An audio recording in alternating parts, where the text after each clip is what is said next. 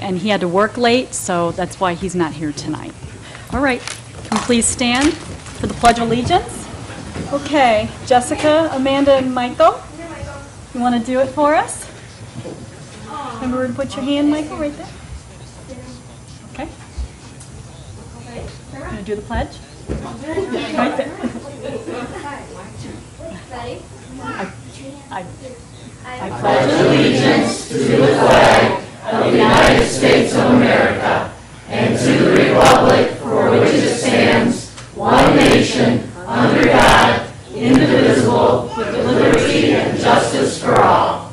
Y'all could please remain standing. We will do a prayer. Trustee Tagley, would you like to do the prayer? Certainly. Our Heavenly Father, will thou be pleased to grant that this meeting, thus begun in order, be conducted in peace and closed in harmony. Amen. Amen. Thank you. Next up on the agenda is the oath of office for our newly elected trustee, Trustee John Davis, Judge Schliemann.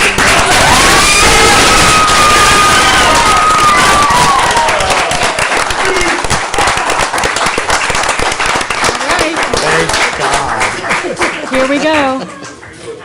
Okay.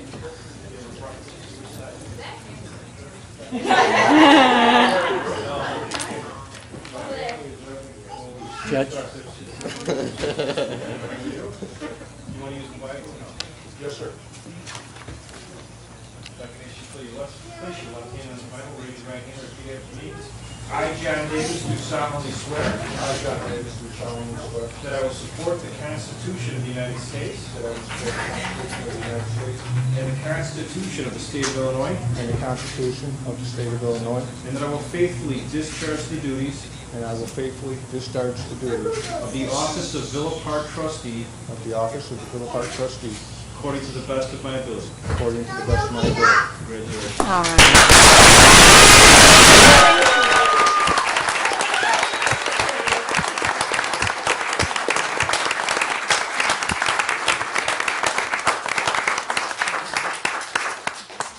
Welcome back, Trustee Davis. Let's get back to work. All right. Item number 4 on the agenda, approval of the agenda. Can I have a motion to approve the agenda? Madam President, Trustee Taglia. I'll move to approve the agenda. Do we have a second? Madam President, Trustee Wagner. I'll second that motion. All right. Roll call? Questions or comments from the board? Or questions and comments from the public? I reversed it? All right. Roll call? Trustee Bolfus? Yes. Trustee Taglia? Yes. Trustee Wagner? Yes. Trustee Case? Oh, excuse me. Trustee Davis? Yes. President Bullwinkle? Yes. Next item on the agenda, consider an ordinance authorizing the sale at public auction on July 4th, 2013, personal property owned by the Village of Villa Park. Manager Keener? Thank you, Your Honor. Each year, the Villa Park Police Department sponsors a public auction as a means to dispose of the village's surplus or unusable equipment. It is proposed that the auction will be held at the Villa Park Police Station at 28 West Home on Thursday, July 4th, 2013. An ordinance is required to authorize the auction sale of the listed items.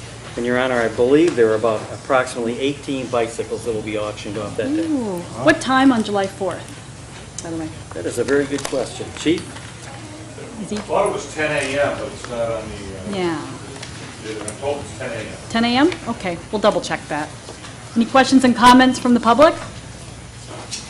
Questions, comments from the board? Consensus? Trustee Taglia? Yes. Trustee Wagner? Yes. Trustee Davis? Yes. Trustee Bolfus? Yes. President Bullwinkle? Yes. Item number 6, consider an ordinance authorizing an electronic sign ordinance. Manager Keener? Yes. Thank you, Your Honor. On Wednesday, April 3rd, the Community Development Director met with several owners of electronic signs within Villa Park. This meeting was scheduled at the behest of the Village Board prior to their consideration of the recommendation of the Planning and Zoning Commission on electronic signs. Currently, there are 29 electronic signs located in Villa Park and concentrated along 3 principal corridors: North Avenue, St. Charles Road, and Roosevelt Road. Only 5 signs are not located on one of these corridors. And, Your Honor, Director Grill would like to address the board at this time to explain the recommendation. All right, thank you. Good evening. Hi. You have before you tonight a recommendation from staff and the Planning and Zoning Commission as it relates to electronic signs. This process started back in 2009 with a public hearing in front of the Planning and Zoning Commission. There were a number of meetings with the neighborhoods, another meetings with business owners, and a number of meetings with various committees of the village.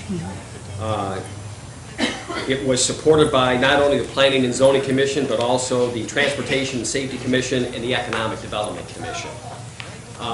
What I'd like to do is just sort of outline some of the changes that are proposed by staff and that were supported by the Planning and Zoning Commission. Currently, our code has no minimum for the changing of messages on electronic message board. And staff and the Development Commission, or Planning and Zoning Commission, recommended a 3-second minimum between messages. Currently, our electronic message boards are allowed in any commercial district, but this proposal before you this evening recommends 4 areas where they should be prohibited. That would include the area around the train station, St. Charles Road corridor, the South Villa corridor, and the area around Park and Ardmore.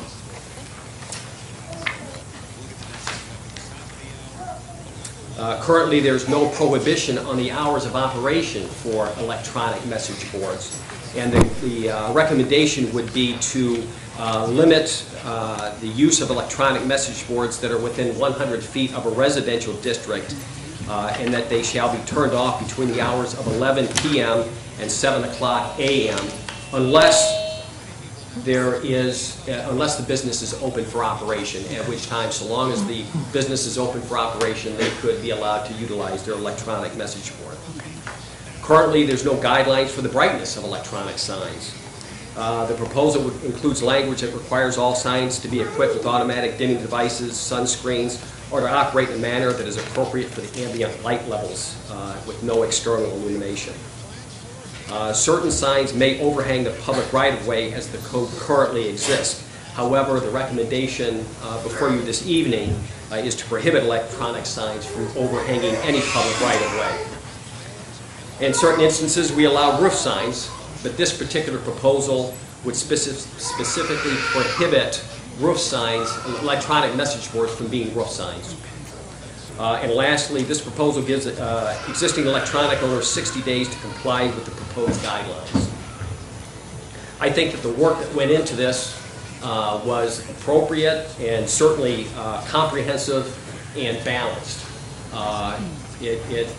The village spent considerable time putting this together, and I would like to point out that currently we prohibit any flashing of signs on electronic message boards.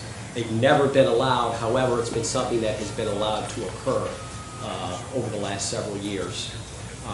There is attached in your packet a report that was prepared by Melissa Headley that gave sort of a historical perspective of how we got to this particular recommendation. The village did look at other communities in trying to put together the recommendation that is before you this evening.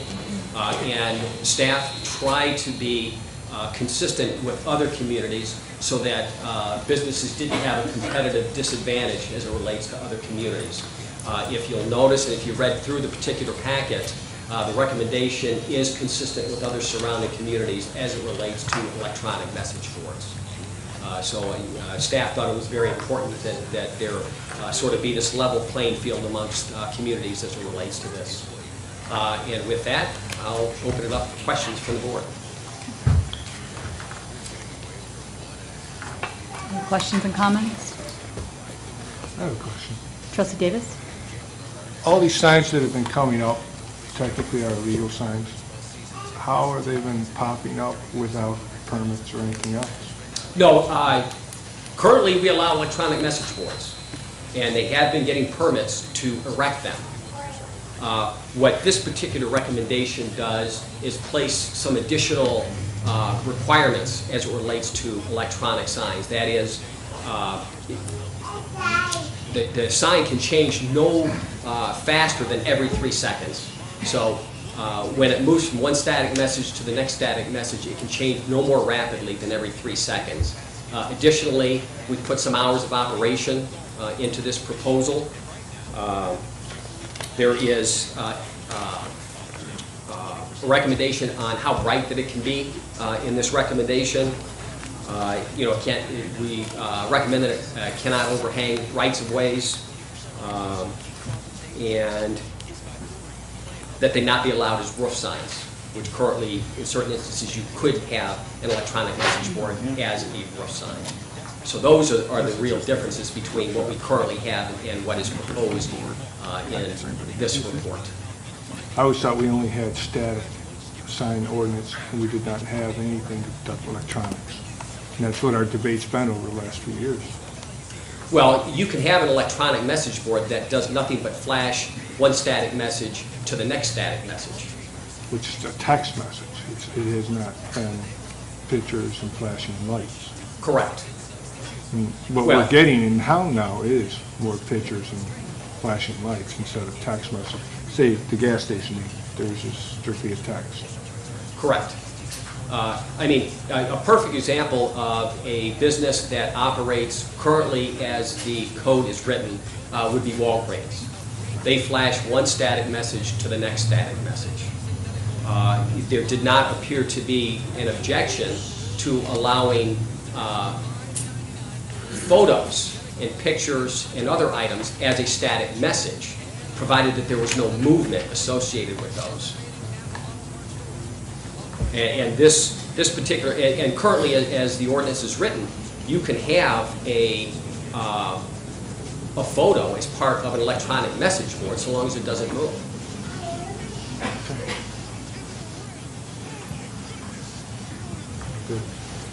Any other questions and Madam comments? President? Yes, Trustee Taglione. As far as a concern for maybe even schools, churches, village buildings that might want a digital type of a sign, is there any discussion about regulations or conditional uses for those types of establishments?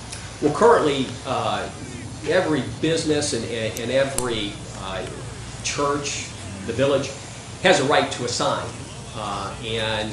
This doesn't prohibit those businesses or entities from seeking an electronic message board. They currently have a right to ask for an electronic message board, and the proposal before you this evening would continue to allow those entities to seek those types of signs. Okay, thank you. Any other questions and comments from the board? Trustee Wagner? Yes. Mr. Trill, I know that you met with the business owners, and of course, a lot of these business owners have invested lots of money in these signs, but this proposal that we have before us incorporates a lot of their suggestions about. It does incorporate a lot of the suggestions that they had, particularly as it relates to the flashing of signs that would mimic emergency vehicles or emergency situations, a stop sign flashing. The business owners, however, didn't have a problem just with general flashing or scrolling, but this particular proposal would prohibit that also, as it currently does right now.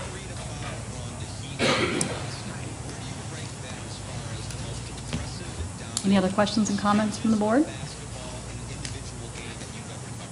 Any questions and comments from the public? Yes. Want to step to the podium and give us your name for the record? And Greg Hassler, 640 South Michigan Avenue. I'm on Planning and Zoning Commission, and I think Robin Whitehurst said it best in the meeting, was that what we're doing with this ordinance is we're controlling aesthetics, not really controlling, the signs as much as we're controlling aesthetics. I think that best puts it into perspective. What's trying to happen here. okay. Thank you. Thanks. Anybody else from the public? State your name for the record. Mike Orlowski, Villageville Park. I'm also on Planning and Zoning. I would say we spent almost a year and a half on this ordinance. We met with Most of the businesses that are currently have the signs, met with them over the Odeum, went over all the operations of the sign, discussed it then. We had several meetings here that the businesses were here. So I mean, it's not something that was whipped together rapidly. It was discussed with all the businesses, planning and zoning, economic development, pretty much everybody that we could have involved with the looking at this ordinance, because it was a difficult ordinance to look at. That was it. Okay, thanks. Anybody else from the public wish to speak? Anybody else? All right. Consensus to move this forward? Trustee Wagner, Yes? Trustee Davis, Yes. Trustee Bolfus. Yes. Trustee Taglia, Yes. President Bowie. Yes. Item number 7, consider an ordinance of the Village of Villa Park, DuPage County, Illinois, approving the Villa Park Foreign Fire Insurance Board's final budget for the fiscal year beginning May 1st, 2013, and ending on April 30th, 2014. Manager Keener? Thank you, Your Honor. On December 9th, 1991, ordinance number 2536 was passed and approved. This ordinance effectively established the Foreign Fire Insurance Board for the Villa Park Fire Department. All members of the department board shall elect fire department officers to administer the foreign fire insurance tax. The Villa Park Municipal Code provides that the officers for the Foreign Fire Insurance Board adopt a final budget for the collection and expenditures of the foreign fire insurance tax. The final budget shall be approved by ordinance by the village board in the same fashion as any other village ordinance. The proposed budget for the fiscal year beginning May 1st, 2013 and ending April 30th, 2014 is presented for review in the amount of $34,627.05. After deliberations are concluded, it is recommended that an ordinance be adopted approving the Villa Park Fire Department Foreign Fire Insurance Board budget for fiscal year 13-14. Thank you, Your Honor. Thank you. Questions and comments from the public? Questions and comments from the board? Consensus? Trustee Davis, Yes. Trustee Bolfus. Yes. Trustee Taglia, Yes. Trustee Wagner, Yes? President Bowie. Yes. Number 8 on the agenda, consider authorizing change of vendor for village ambulance billing. Manager Keener. Thank you, Your Honor. Staff is recommending changing ambulance billing companies to Paramedic Billing Services, in other words, PBS, located in Elmhurst, Illinois. PBS can increase the collection rate and streamline procedures by utilizing a secure bank account in the name of the village, which would allow for timely and automatic payment posting, the ability to pay by credit card and check, and the capability of receiving ambulance reports electronically. And PBS receives weekly patient insurance information from Elmhurst Hospital. Staff is proposing to terminate the contract with Specialty Billing and sign a 3-year contract with Paramedic Billing Services, Inc., beginning no later than September 11th, 2013. And, Your Honor, in recommending this change, currently our billing service provider has achieved a 30% collection rate, and currently right now we have an outstanding balance for outstanding fees in the amount of approximately $274,000. We firmly believe as staff that the PBS, which has a collection rate of about 70%, would be very advantageous for the village to sign a 3-year contract. Part of leaving the current provider is a 90-day notification. So if we would give notification tomorrow, in September, we would start with PBS. Thank you, Your Honor. Questions and comments from the public? Questions and comments from the board? Madam President, Trustee Bolfus? who handles, if we make the change, who would handle the collection on the ones that are in arrears now? Would that go on to PBS? Would they handle that? Or would that stay with the current biller? Would you like me to answer? Yes, please, Manager. To answer your question, Trustee Bolthice, the The current outstanding fees would be collected by our current provider. So if we stay with Good Sam through September, then they would actually attempt to collect those fees through September. And once we switch to PBS, if approved this evening, then PBS would not attempt to collect those previous fees, but moving forward, collect the fees that were initiated. So the 70% that aren't paying, they basically would get amnesty from paying any of those bills, right? If they didn't do it. They would be forgiven? No. No, and that's something we're looking at as staff. Currently, as I mentioned, we have $274,000 outstanding in ambulance fees, and that is a result of our EMS folks responding, providing the services, and then not being paid. And how that really breaks down, I think, off the top of my head, I think it's 63,000 non-resident, and the remainder is resident. And what has gone on in the past, and Your Honor, and Board, and citizens, is that since 1992, we've belonged to Good Sam and achieved about 30% collection rate. However, some of the accounts after a given period were written off. And in the last few months, I've extended that period so they're not written off so quickly, and we'll probably extend it further because I firmly believe that if the service is provided, then our folks should collect the fees and not quite write them off so quickly. Thank you. Any other questions or comments from the board? Yes. Trustee Question for Wagner. Manager Keener. Generally, what is the reason why these are hard to collect? Is it financial hardship? Is it that they don't get the proper information at the time of when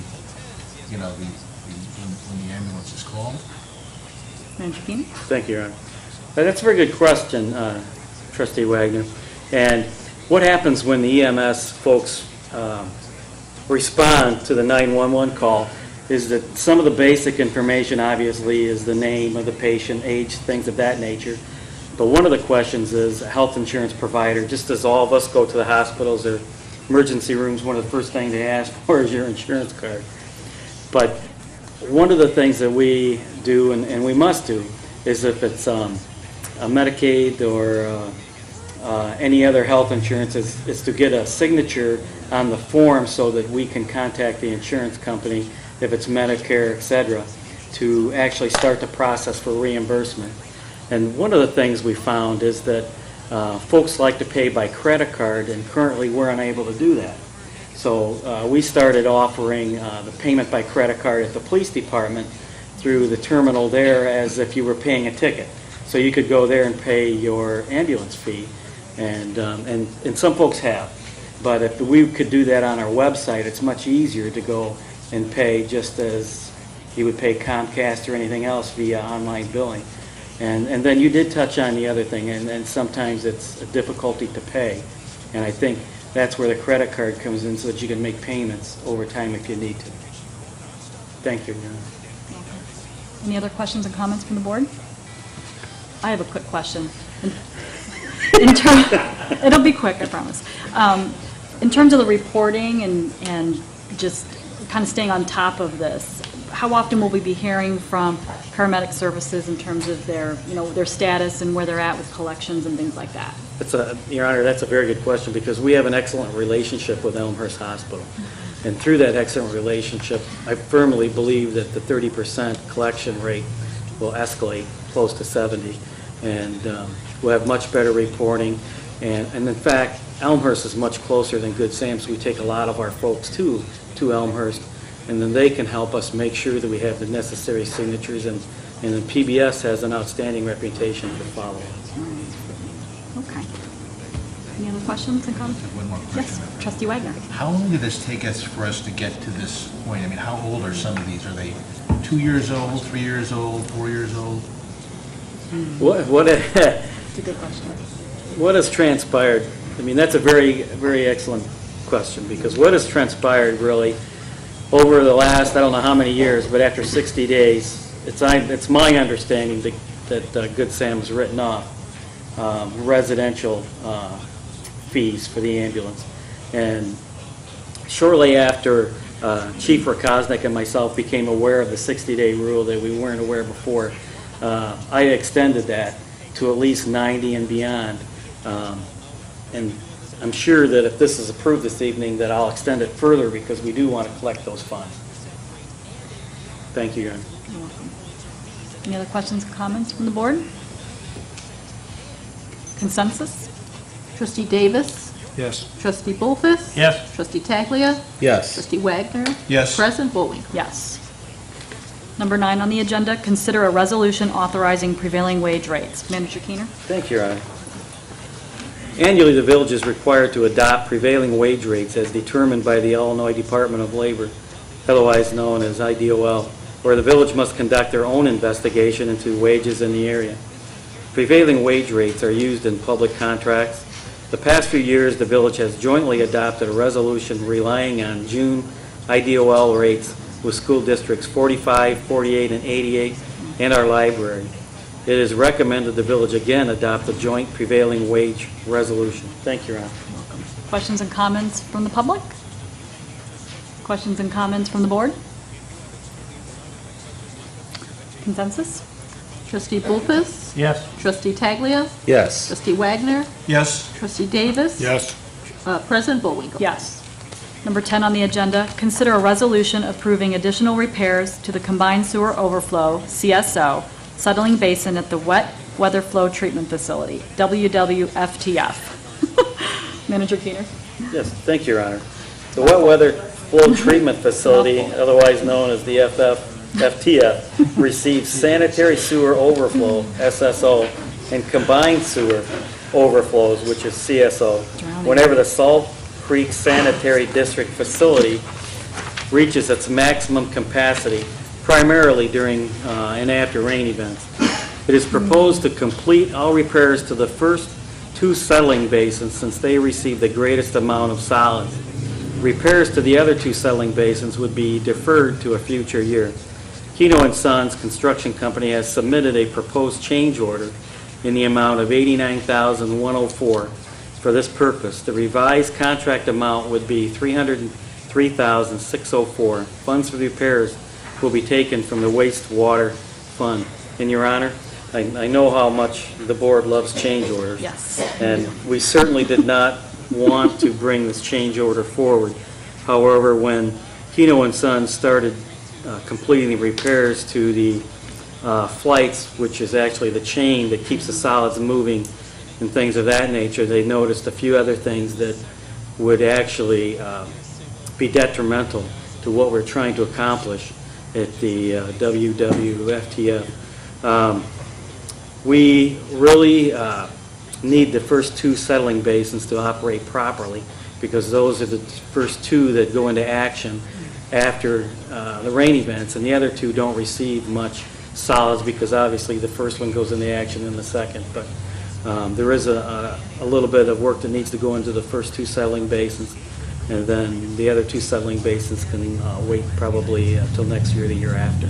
Thank you, Your Honor. Questions and comments from the public? State your name for the record. Mike Orlowski of Villa Park. 2 questions. On the repairs of the basins, while they're doing the repairs, will that affect anything that operates there during rain events? And then also, and that's while the repairs are going on. Also, is there any plans as far as, it just says future years, do we have any idea when we're going to get the other 2 repaired as needed?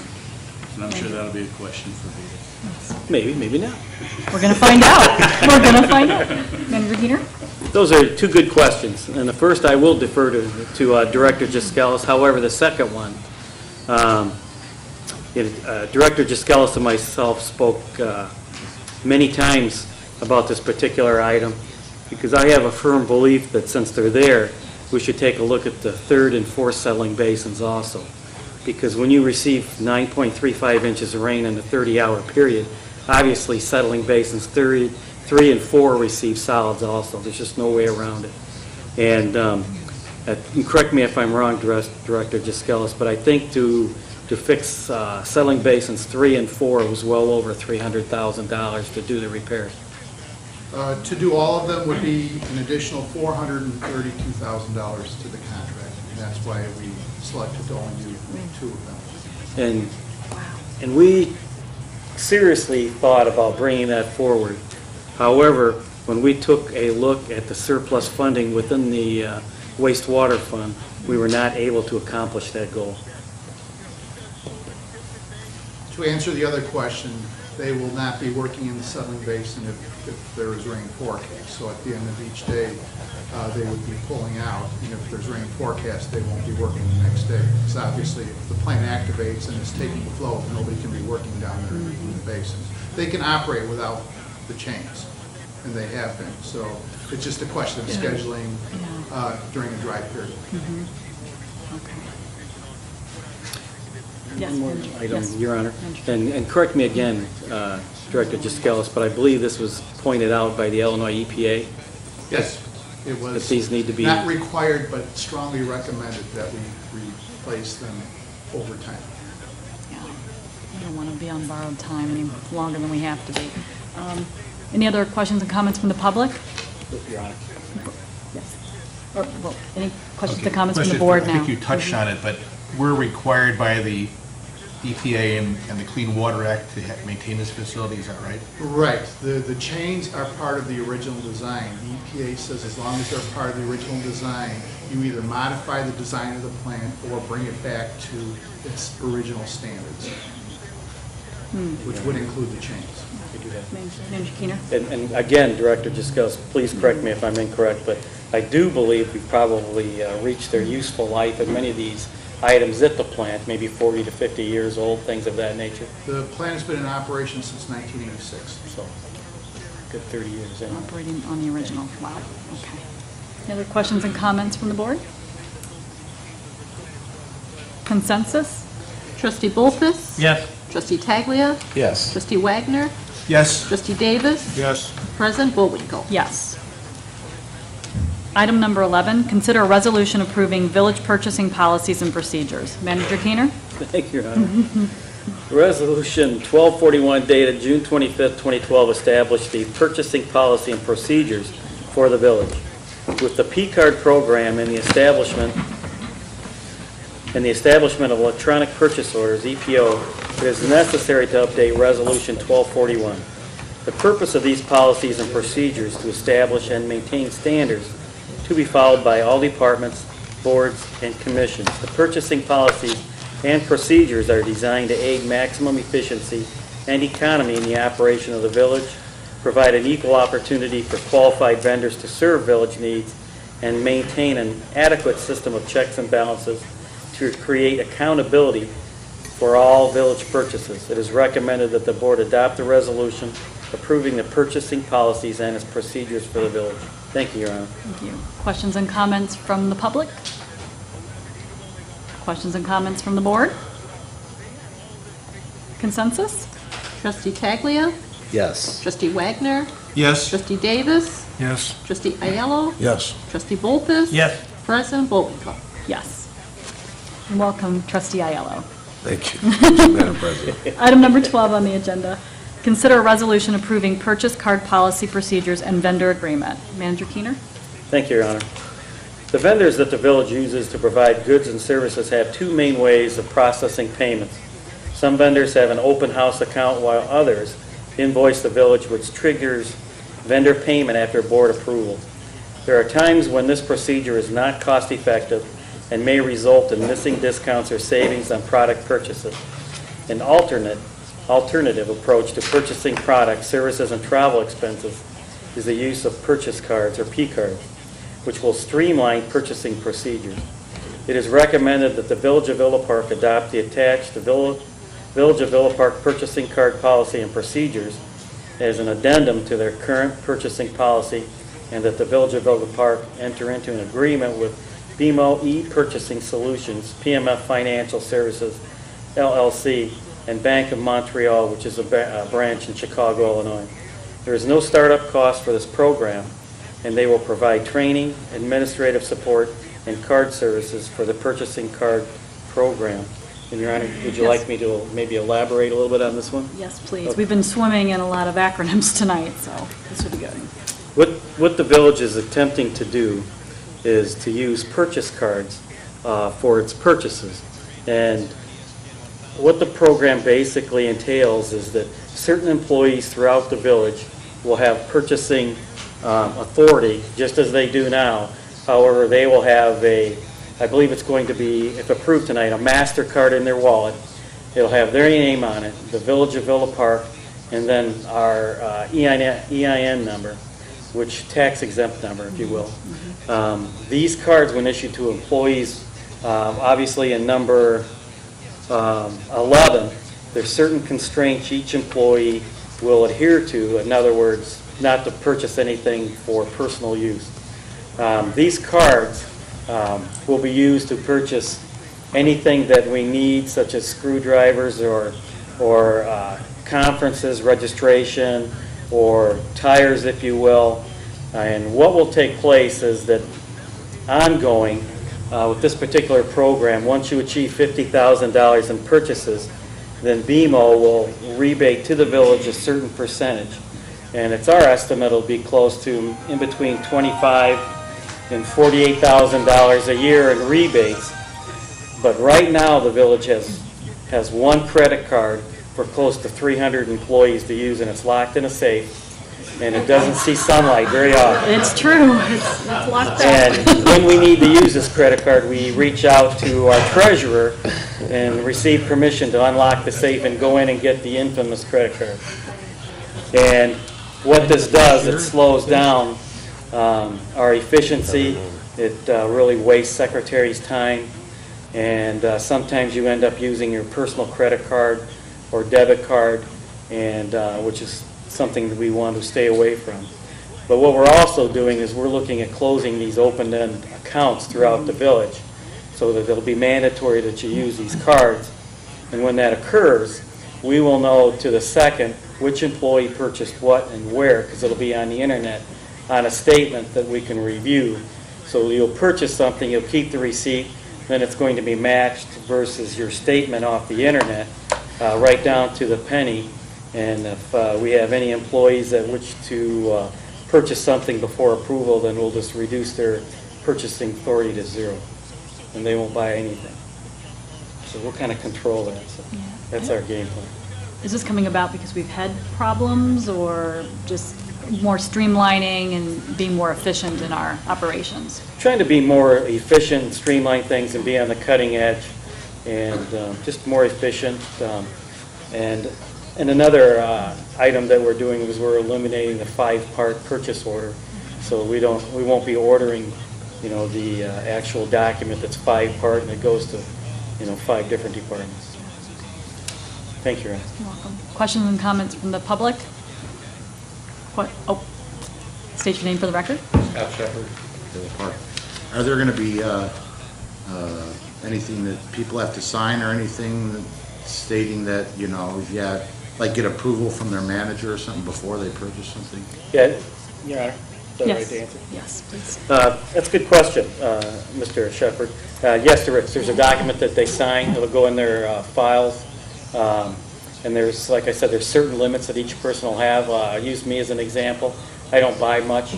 However, Erin does, which I always, I use Erin as an example that she'll use her card for me. But say my card may have $200 because I don't use it. But yes, they'll sign actually a document which will be saved that they will not use it for personal use. And these policies really describe what transpires if it is used for personal use. I mean, you gave an example if they needed a screwdriver. Like, would they have to go to their boss and say, hey, I need to get a screwdriver? No, nothing that small. But my purchasing authority is $20,000 and below, and then each department has some too before it comes to me for my signature also. So you just monitor it and see if somebody's purchasing a little too much, and then you start questioning it. Yes, we're going to be monitoring the e-statements and quite frequently. Just there's a town in Cook County where was asked to come in to fix the problems there, and I just don't want to see this happen here, you know what I mean? No, trying to head that off, yeah. So, all right, thanks. Anybody else from the public wish to comment? Any comments from the board? Trustee Davis? Thank you, Madam President. Approximately, how many cards are we talking about giving out? And their variations of limitations? Yes, will be variations, actually. I use myself as an example. I think my true, if this is passed tonight, I think my true limit is like $400 a month. And I don't need it, but not every single employee will have the authority to purchase items. Not every single employee has the authority right now to purchase things. For instance, we do purchase quite a bit of supplies in our vehicle repair, because we sometimes need air filters, certain tires for the police department, etc. So these cards will be used, probably 2 people have authority there to use it, and it's going to really help us keep track of individual items that are purchased and possibly streamline a lot of different things. Other questions and comments from the board? Consensus? Trustee Davis? Yes. Trustee Aiello? Yes. Trustee Bolfus? Yes. Trustee Taglia? Yes. Trustee Wagner? Yes. President Bullwinkle? Yes. Next item on the agenda, number 13, consider bids for the North Michigan Avenue reconstruction project. Manager Keener? Thank you. The village proposed the reconstruction of North Michigan Avenue from St. Charles to Division Street. This project is to be locally funded. An engineering consultant assisted by Public Works prepared the plans and specifications. 14 contractors requested bid specifications and 5 submitted bids. ALAP Construction, Inc. of Schaumburg, Illinois submitted the lowest responsible bid in the amount of $976,746.50. The engineer's estimate for the project was $1,137,987.53. Funds will be taken from the Street Improvement Fund, Water Supply Fund, and Wastewater Fund to complete the project. And Your Honor, I believe this one has been a long time coming, just as many other roads, but there's just not much left of this road, curb and gutter. I know that staff has probably been on site 2 or 3 times. I was on site, I think, last week again with Mr. Shepard. We're very happy to come to this point this evening to propose the approval of the bid. We did meet with the residents of North Michigan Avenue at 5 o'clock this evening and kind of went through several different things, their driveway aprons, the extra fire hydrants that we put in. We went through some of their sanitary sewer lines that may need to be replaced, and the possible funding assistance from the village, because we did put in the $40,000, if you remember, Your Honor and Board, into that specific account where you can use $1,000 per household at one time action. So very happy to be here this evening, Your Honor, with this project. Thank you. Questions and comments from the public? State your name for the record. Scott Shepard. First, why is it number 13 instead of 1 on the agenda? It's on the agenda.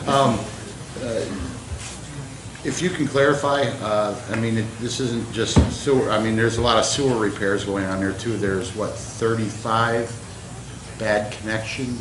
31. Out in the street, 31? Or so. Okay, 35 in the contract. I just want to comment that this is something, you know, a neglected street, and there's many more in the village.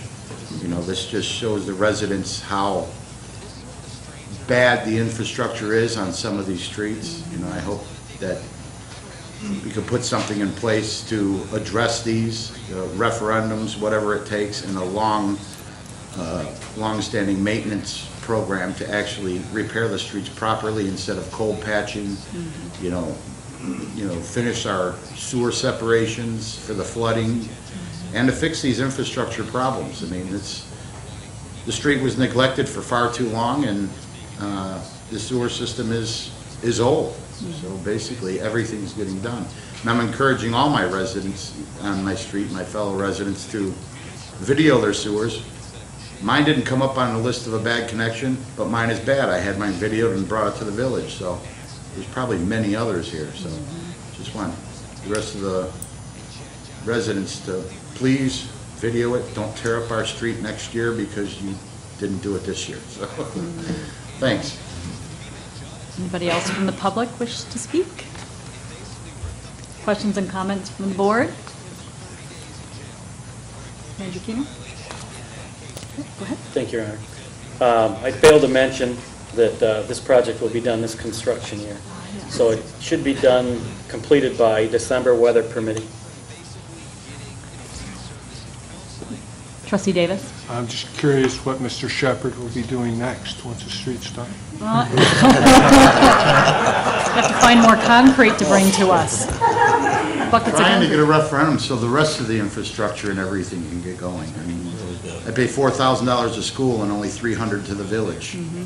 Serious problem here, and that's why the streets and infrastructure are the way it is. I don't have any kids, but I drive on all these streets and my sewer, every time I take a shower, it goes in there, but that's our infrastructure. So there.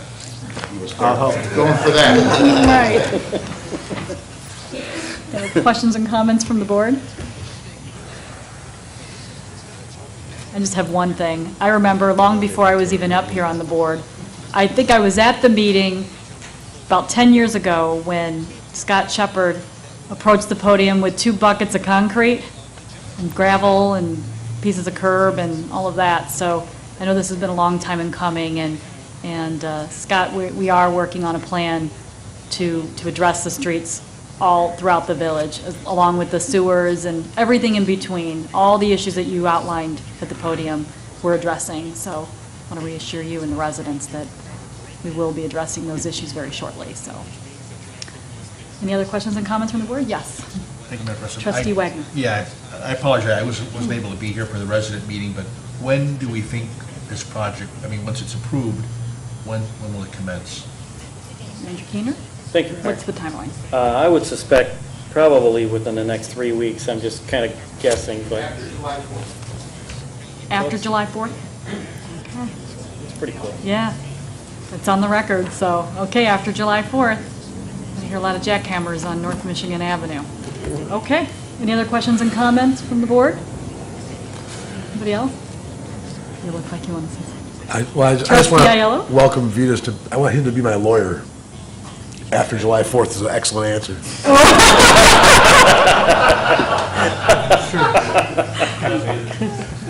Hilarious. Thank you, Trustee Ayala. Anybody else? All right, consensus. Trustee Aiello? Yes. Trustee Bolfus? Yes. Trustee Taglia? Yes. Trustee Wagner? Yes. Trustee Davis? Yeah. President Bolden? Yes. Yay. All right, item number 14, consider intergovernmental agreement with York Township for resurfacing of Michigan Avenue south of Roosevelt Road. Manager Keener. Thank you, Your Honor. Included within the fiscal year 13-14 budget is the resurfacing of Michigan Avenue south of Roosevelt Road. The York Township Highway Department has offered to include this work with a larger resurfacing project, approximately $1.7 million in the vicinity. Under the terms of a proposed intergovernmental agreement, the cost of the proposed work would be $73,394. There is $110,000 budgeted in the street improvement fund for this purpose. Thank you, Your Honor. Questions and comments from the public? Questions and comments from the board? Consensus? Oh, I'm sorry. Just a quick question. Trustee Wagner. So this is the adjacent to the, what used to be called the Parliament Square neighborhood. Manager Keener? I believe it is. Any other questions and comments? Trustee Bolfus? I think the York Township has already started construction on that part. What happens if we don't approve this? Will we get it for free? Yeah, not a bad idea. Anybody else? Any other comments, questions from the board? Are we good? All right, consensus? Trustee Bolfus? Yes. Trustee Taglia? Yes. Trustee Wagner? Yes. Trustee Davis? Yes. Trustee Ayello? Yes. President Bullwinkle? Yes. Number 15 on the agenda, consider resolution approving a purchase of a fire vehicle. Manager Keener? Thank you, Your Honor. It is the recommendation of the fire chief to retire 2 Crown Victorias, a 1999 and 2002, from the fire department fleet and replace them with one fuel-efficient 2013 Ford SUV Police Interceptor all-wheel drive. This vehicle would be housed at Fire Station Number 3. One of the 2 Crown Vics would be sent to auction, and the other would be repurposed for village use. The 2013 Ford would be purchased from Curry Motors Fleet at $25,254. Your Honor, the one vehicle that's going to be repurchased will be probably auctioned later on this year. We just want to use it for a few more months to put some more miles on before we auction it, Your Honor. Thank you. All right. Questions and comments from the public? Questions and comments from the board? I have one question. The funds that we raised through the auction, will that be rolled back into the vehicle replacement fund? Will be earmarked for that? They're usually, Your Honor, they're rolled back into the equipment replacement fund, yes. Okay. Just want to make sure it doesn't get buried in the corporate fund, so. Thank you. All right. Anybody else? All right, consensus. Trustee Taglia? Yes. Trustee Wagner? Yes. Trustee Davis? Yes. Trustee Ayello? Yes. Trustee Bolfus? Yes. President Bullwinkle? Yes. Item number 16, consider amended construction services agreement for the Roosevelt Road Sidewalk Improvement Project. Manager Keener? Thank you, Your Honor. A grant from the Congestion Mitigation and Air Quality Improvement Program, in other words known as the CMAQ, provided 80% federal funding for engineering and construction of new sidewalks on Roosevelt Road west of Ardmore Avenue. The Village Board recently approved Amendment Number 1 to an agreement with IDOT to authorize the use of CMAQ funds for additional Phase 3 construction engineering services. The Phase 3 engineering agreement with Terra Engineering must also be amended so the contract amount coincides with the CMAQ grant agreement. IDOT has already reviewed and approved the scope of the amended engineering agreement. Thank you, Your Honor. Questions and comments from the public? Questions and comments from the board? Consensus? Trustee Wagner? Yes. Trustee Davis? Yes. Trustee Ayello? Yes. Trustee Bolfus? Yes. Trustee Taglia? Yes. President Bullwinkle? Yes. Item number 17, advance to bill listing, items A through D. Are there any questions and comments from the public about any of these items? Questions and comments from the board? Consensus? Trustee Davis? Yes. Trustee Ayello? Yes. Trustee Bolfus? Yes. Trustee Taglia? Yes. Trustee Wagner? Yes. President Bullwinkle? Yes. We'll convene to the formal agenda. Switch up the papers here. Item number 1 is Village President's Report. Letter A is VFW check presentation for the July 4th parade. Sid, you want to join me at the podium? I've got a present for you. There you go. There's actually ran up there. I'm going to present you with a check for $2,500 from the village to help cover your costs for the parade coming 4th of July. I'd like to give you the podium and talk a little bit about the parade and talk a little bit about the route, and we're just very happy to provide you with this funding. Thank you very much, Madam President. The parade cost a lot more than $2,500. Sure does. And we do not hire more professional type of drum and bugle corps, that is, the ones that charge anywhere from $1,000 to $2,000 to come in the parade. Because 4th of July is the one thing that they could, or the biggest day that they could march in, and they raise their funds. We give out to the local people, such as the high school, a little more than will cover their cost of cleaning their uniforms after getting the sweat out of it, as we've had the last several 4th of July. I would hastily add that we are doing everything by volunteer work. That is, I myself have raised my hand too many times, I think, but we're looking, and we need many more volunteers. People from the VFW, some of my generation cannot, well, we put them in an automobile and hope that, we put them in a convertible, that is, and hope that the weather's okay, because they won't come out when it gets much over 95. The route, we're having a fingers crossed thing. It's going down Harvard Avenue, and we're hoping, and the word is that the construction will be done by the 4th of July. We do have a backup plan, and we'll announce that if we need it. Yeah. The route is Central Avenue west to Harvard. Oops, excuse me.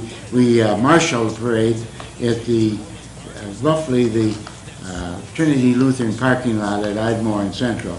We go west on Central to Harvard, south on Harvard to Madison, east on Madison to Summit, north on Summit to Park, past the reviewing stand, and then at Ardmore Avenue into Span. It's a wonderful route. It's very interactive with the community. Residents can come and sit on their front porch and watch it, or sit on their, their yard there, and they're right there practically on top of the route. So it's really nice to have that new route, which, by the way, a couple years ago it was rerouted because of construction. So some good things can come out of construction. So the new route was included. It's a lot shadier, too. Yes, it is. So many times we went down St. Charles Road. Well, we appreciate all that you do for our community, and this is a small token, something that we do every year, and we know that the money will be put to great use. So we thank you. And formally, on behalf of Commander Geisman, I accept this check. All right. Well, thank you very much. Any questions? I'm good. Anybody else? Questions? Thank you, Sid. Appreciate it. Next item on the agenda, appointments to boards and commissions. We have a few more. All right, I'm going to read off the list, and we'll go from there. Paul Mast Hewitt, an appointment for the Environmental Concerns Commission. Don Bogardus, appointment, Fire and Police Commission. Kevin Patrick, an appointment for the Historical Preservation Commission. Robin Whitehurst and Jason Jarrett, reappointments to the Planning and Zoning Commission. Ken Jackson, appointment to the Planning and Zoning Commission. Avis Rhoda, Senior Concerns Commission. Dan Dix, Summerfest Commission. Christina Artuzik, Summerfest Commission. And Greg Gola, Sugar Creek Golf Course Board. The last few names are all appointments, new appointments. So those of you who are here tonight with us, if you'd like to come forward, we'll swear you in. Oh, well, I did this again. Got to do a motion to approve the appointments to the boards and commissions. Madam President? Yes. I'd like to make that motion to All right. approve the appointment. Do we have a second? Madam President? Oh, an arm wrestle? No. Trustee Bolfus? No. I'll second. All right. All in favor, say aye. Aye. All right. Now we can get to the appointments here. Those of you who are here with us tonight, come forward and we'll have Clerk Kornecki take care of you. So anybody who's here tonight that would like to get sworn in, you come line up here. All right. Yes, we're good. We'll tell you what to do. Probably end up having you turn around so we can get you on the camera there. Clerk Kornecki will tell you what to do. Hey,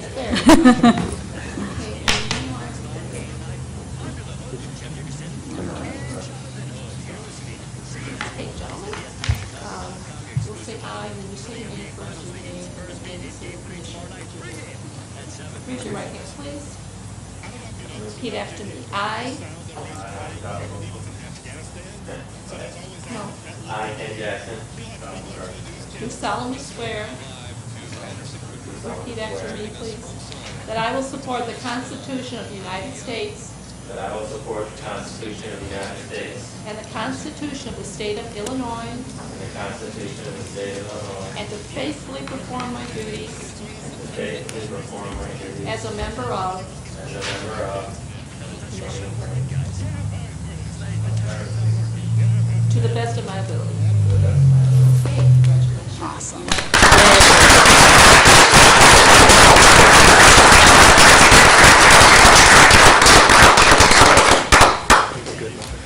Welcome aboard. Thank you so much.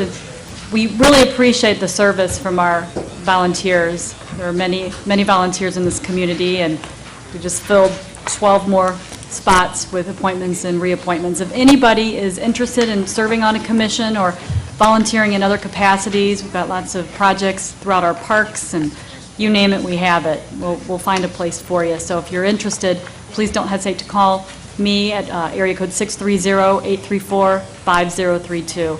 We'll take care of you. Thank you very much. Just have a couple more things. One thing, and the manager is going to go into a little bit more detail a little bit later in his report, but we are planning on having a town hall meeting on Monday, June 24th, and the purpose of this meeting is to talk as a community about our road issues, sewer issues, all the infrastructure, the flooding, you name it, we're going to bring it up in that town hall meeting. And the purpose is come together as a community, address the issues that we have before us. We'll have a number of opportunities to talk about that publicly with each other, and hopefully find some solutions as we move forward. We want to bring the community together. We know we have issues, and we want to tackle these issues head-on right here, right now, and we'd like to do this in a town hall setting.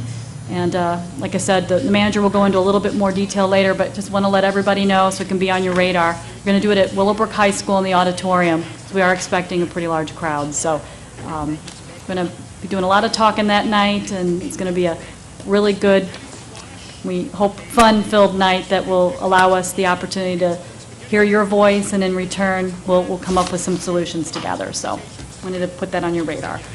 And then also, just wanted to mention that I had the opportunity to attend an event last week for a local high school student. She just graduated from Willowbrook High School. Her name is Victoria Phillips. She received a scholarship from the Comcast Leaders and Achievers Foundation, and it was a wonderful opportunity to be there to watch one of our rising stars from Willowbrook High School.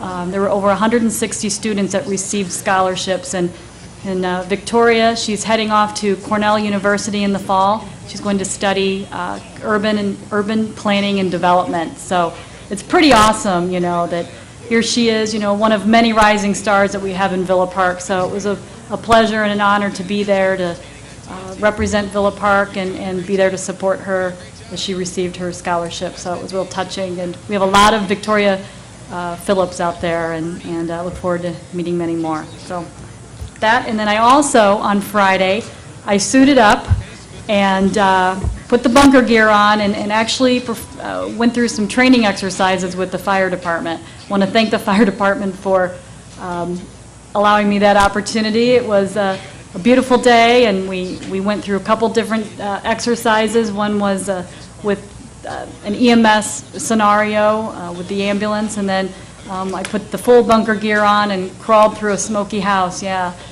29 South Monterey, which happens to be one of the houses in our floodplain area that will be torn down any day now. It looked like it was pretty close when we were in there, but pretty close. But it was a great opportunity to kind of see their world from their perspective. It was a great opportunity just to see what you all deal with every day, and certainly expanded my scope of understanding of what you go through. So just want to thank you, and the opportunity is available for any other board member here who would like to suit up and go through.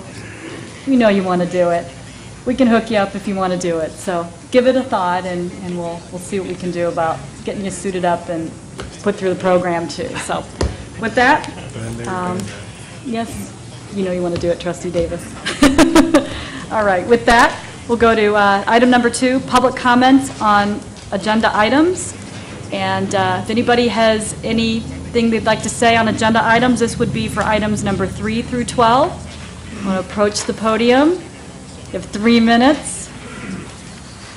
Madam President, I don't Yes. need 3 minutes, but on item 7, the auction on the 4th of July, there was no time in the ordinance because we didn't pull one in there. Okay. I was looking for it. Okay. Last year, we're going to go earlier than this year because we were trying to not conflict with the rest of the 4th of July activities. Yeah. Viewing will be at 8 a.m., Okay. the auction at 8:30. So that's our plan for 4th of July. Bike auction at 8:30. And it's not the police department station, there's a garage, the next garage west of Village Hall here on Home is where it'll be at. And 18 bicycles, I think I heard earlier? I believe so, yes. Yeah, okay. And feel free to come to taser training with the police anytime. Oh, gee, thanks a lot. Not so tempting. Not so tempting. You're just jealous. You ought to suit up. Put the suit on. Any other comments? Anybody else would like to approach the podium? Public comments on agenda items? Items number 3 through 12? All right, we'll move on to item number 3, the consent agenda. Minutes from the Village Board meeting from April 8th, 2013. Minutes from Village COW for April 8th, 2013. Approved bill listing dated May 20th, 2013 in the amount of $367,374.19. Approved bill listing dated June 10th, 2013 in the amount of $741,968.30. We have a motion on the consent agenda.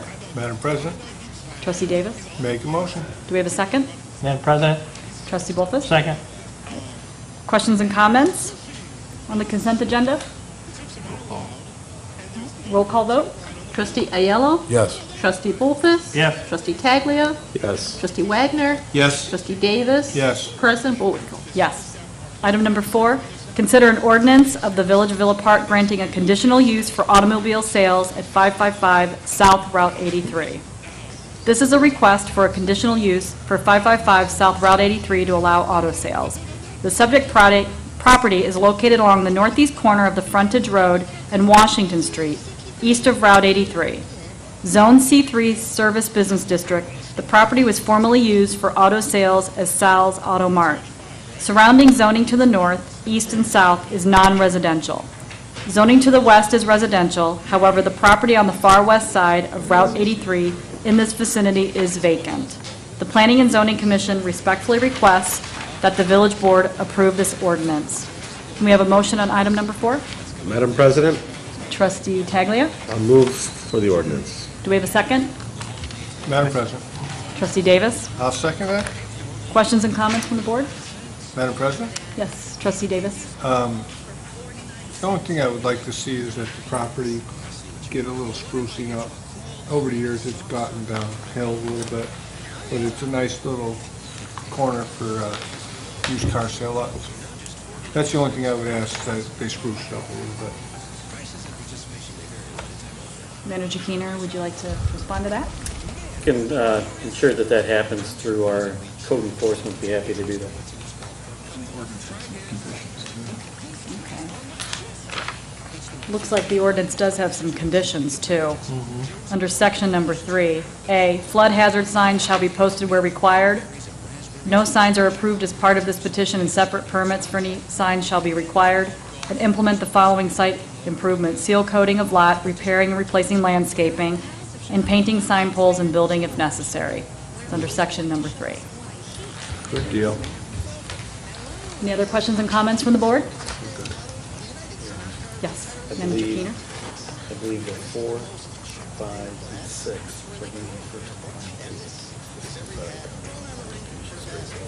Oh, okay.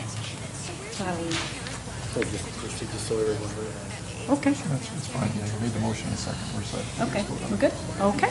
Any other questions and comments from the board? Are we good? Okay. Roll call vote?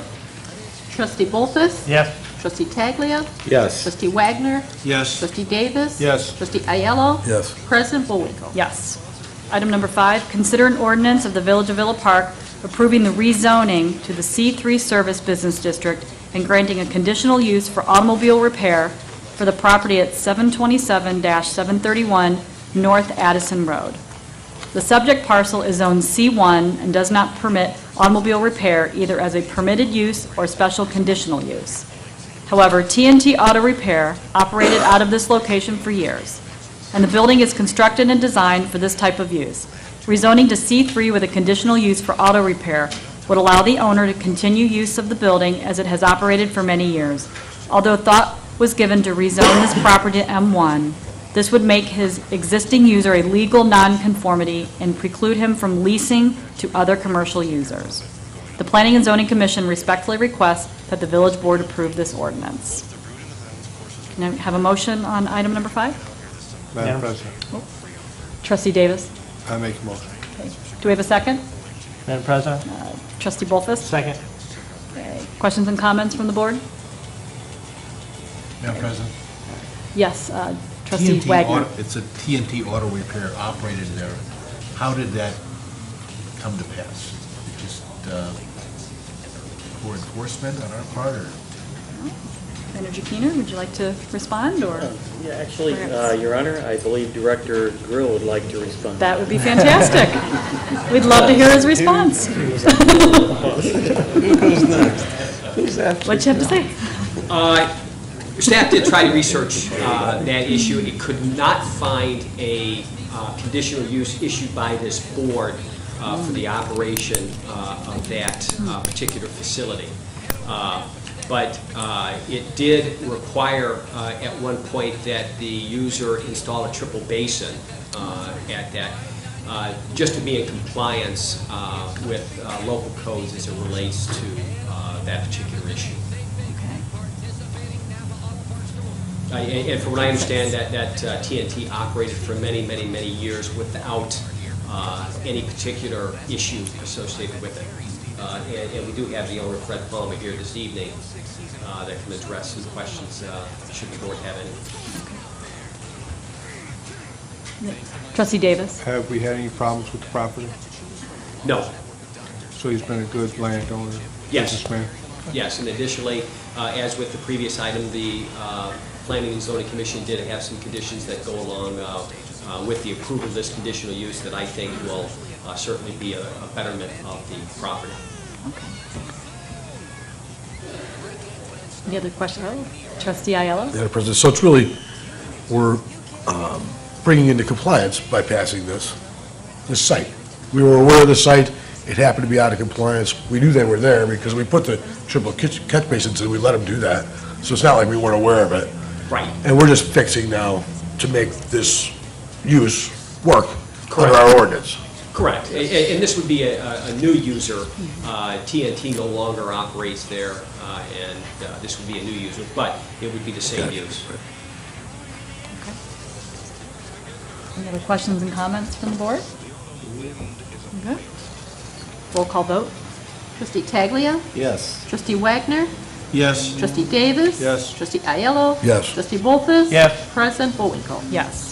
Item number 6, consider an ordinance amending the regulations of the tobacco stores in the Villa Park zoning ordinance. The proposed amendment would allow existing tobacco stores to remain at their existing locations under our legal nonconforming status. The text amendment would allow tobacco stores to operate in M1 districts. The Planning and Zoning Commission respectfully requests that the village board approve this ordinance. We have a motion on item number 6. Madam President? Trustee Bolfus? Make a motion for item number 6, the ordinance. Can we have a, do we have a second? Madam President? Yes. I will Trustee- second the Trustee motion. Taglia, yes. Any question and comment from the board?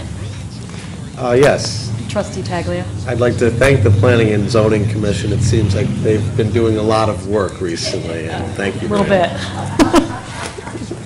There's more to come. Hope so. Any other questions and comments from the board? Yes, Trustee Wagner. This may be not germane to this, but is there any way that we could enact an ordinance to say that a certain number of these businesses can operate with it? It seems to be a proliferation of tobacco stores in town, and people are concerned about it. And is there something that we could do to limit the number of tobacco stores within a certain area?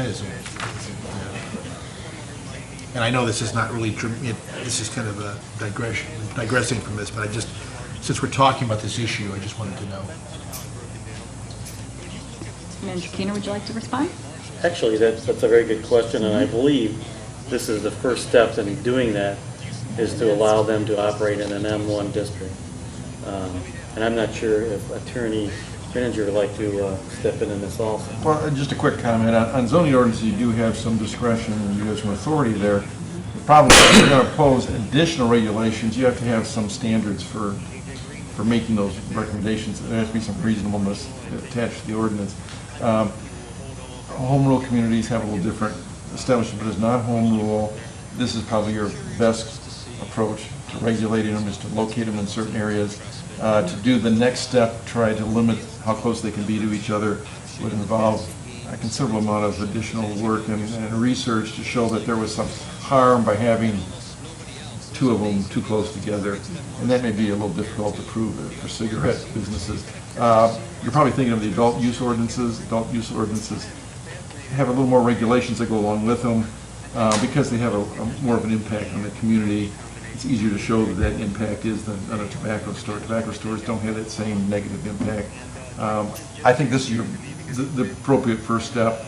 Eventually, should we become home rule, we may want to look at more of a general business licensing ordinance that every business in town is licensed, and there's probably usually additional regulations. Any other questions and comments from the board? I just have one quick thing. This tobacco stores will be included with the Cash for Gold, the pawn shops, and things of that nature that we enacted a couple of years ago now, I think, in the M1 district. So we're folding this into that existing ordinance through this amendment. Now, one of my other questions is, does this include the hookah lounges and some other things of that nature, or is it just specific to tobacco stores? How broad is this? You want to comment? I can comment. In the ordinance, we have a very broad definition in Section 1 of what a tobacco store is. It would include those kind of additional places where tobacco is used. Of course, under the no smoking regulations, you almost have to be a tobacco store in Illinois to be able to smoke in that store. But the tobacco store is pretty broad. If you're principally involved in any of those uses that are in that definition, you're going to fall within this category. You're going to have to be in an M1 zoning district. Questions and comments from the board? All right. Shall we do have a question from the audience. Can we entertain that? Would that be okay? Can we do that? Okay. Go ahead. Mike Orlowski. Mike Orlowski, I'm planning and zoning. Since you touched base on it a little bit, is the village considered at all licensing businesses in Villa Park? And if we did that, would that make it easier to control some of the things that is very difficult for planning and zoning to do as far as some of the businesses that you may not want in town? I mean, and that's some discussion that we've had at planning and zoning, is how do we make it through some of these discussions? We don't have any, there's not really a lot of guidelines that we can work with to do things, except look at where to move them to, and then we're going to run out of area to move them to. Just a quick comment. You're correct, but your zoning ordinance is probably your principal document that you're going to regulate where those uses are going to be included. And then in that area, then you can determine whether or not they're going to be permitted uses, special uses, or conditional uses, which again, and then in that zoning ordinance, you can actually have some additional regulations. Most communities that have very broad business licensing regulations are home rule. Non-home rule communities, there's some question about whether or not we have the authority to have a general business license regulation. Most communities do not go that far. But if you're looking at location issues are really zoning. Okay, thanks. Any other questions and comments? Public? All right. Roll call. Trustee Wagner? Yes. Trustee Davis? Yes. Trustee Aiello? Yes. Trustee Bolfus? Yes. Trustee Taglia? Yes. President Bullwinkle? Yes. Item number 7, first and final reading of an ordinance authorizing the sale at public auction on July 4th, 2013, personal property owned by the Village of Villa Park. It is proposed that the auction will be held at the Villa Park Police Department at 28 West Home on Thursday, July 4th, 2013. An ordinance is required to authorize the auction / sale of the listed items. Can we have a motion on this first and final reading? Madam President, Yes. make a Trustee motion for the Bolfus? first and final reading. Do we have a second? Madam President. Trustee Aiello? Second. Questions and comments from the board? Questions and comments from the public? Okay, roll call vote. Trustee Davis? Yes. Trustee Aiello? Yes. Trustee Bolfus? Yes. Trustee Taglia? Yes. Trustee Wagner? Yes. President Bullwinkle? Yes. Item number 8, resolution approving prevailing wage. The village is required to adopt prevailing wage rates as determined by the Illinois Department of Labor, IDOL, or the village must conduct their own investigation into wages in the area. Prevailing wage rates are used in public contracts. We have a motion on item number 8. Madam President. Oh, an arm wrestle here. Trustee Wagner. I'd like to make that motion. We have a second? Madam President. Trustee Taglia. I will second the motion. Okay, questions and comments from the board? Anybody? Questions and comments from the public? Good? No? Okay. Roll call vote. Trustee Davis? Yes. Trustee Aiello? Yes. Trustee Bolfus? Yes. Trustee Taglia? Yes. Trustee Wagner? Yes. President Bullwinkle? Yes. Item number 9, resolution authorizing a contract with A-Lamp Concrete Contractors, Inc. for the 2013 North Michigan Avenue Improvement Project. A-Lamp Construction, Inc. of Schaumburg, Illinois, submitted the lowest responsible bid in the amount of $976,746.50. The engineer's estimate for the project was $1,137,987.53. Funds will be taken from the Street Improvement Fund, Water Supply Fund, and Wastewater Fund. Can we have a motion on this resolution? Madam President, Trustee Bolfus? make a motion for a resolution. Do we have a second? Madam President. Trustee Davis? Second that. Questions and comments from the board? Roll call vote. Trustee Aiello? Yes. Trustee Bolfus? Yes. Trustee Taglia? Yes. Trustee Wagner? Yes. Trustee Davis? Yes. President Bullwinkle? Yes. Item number 10, resolution approving an intergovernmental agreement between the Village of Villa Park and the York Township Road District concerning the repair and improvement of Michigan Street. The York Township Highway Department is offered to include this work with a larger resurfacing project, $1.7 million, in the vicinity. Under the terms of a proposed intergovernmental agreement, the cost for the proposed work would be $73,394. Do we have a motion on this resolution? Madam President, Trustee Taglia. I'll move for the resolution. Do we have a second? Madam President. Trustee Aiello. Second. Questions and comments from the board? Roll call vote. Trustee Bolfus? Yes. Trustee Taglia? Yes. Trustee Wagner? Yes. Trustee Davis? Yes. Trustee Aiello? Yes. President Bullwinkle? Yes. Item number 11, resolution authorizing change order number 1 to the contract between the Village of Villa Park and Keno and Sons Construction Company for the 2012 CSO Sludge Chain Collector Project. Keno and Sons Construction Company has submitted a proposed change order in the amount of $89,104 for this purpose. The revised contract amount would be $303,604. Funds for the repairs will be taken from the wastewater fund. We have a motion on this resolution. Madam President, Trustee Davis? make a motion. Do we have a second? Madam President. Trustee Aiello? Second. Questions and comments from the board? Roll call vote. Trustee Taglia? Yes. Trustee Wagner? Yes. Trustee Davis? Yes. Trustee Aiello? Yes. Trustee Bolfus? Yes. President Bullwinkle? Yes.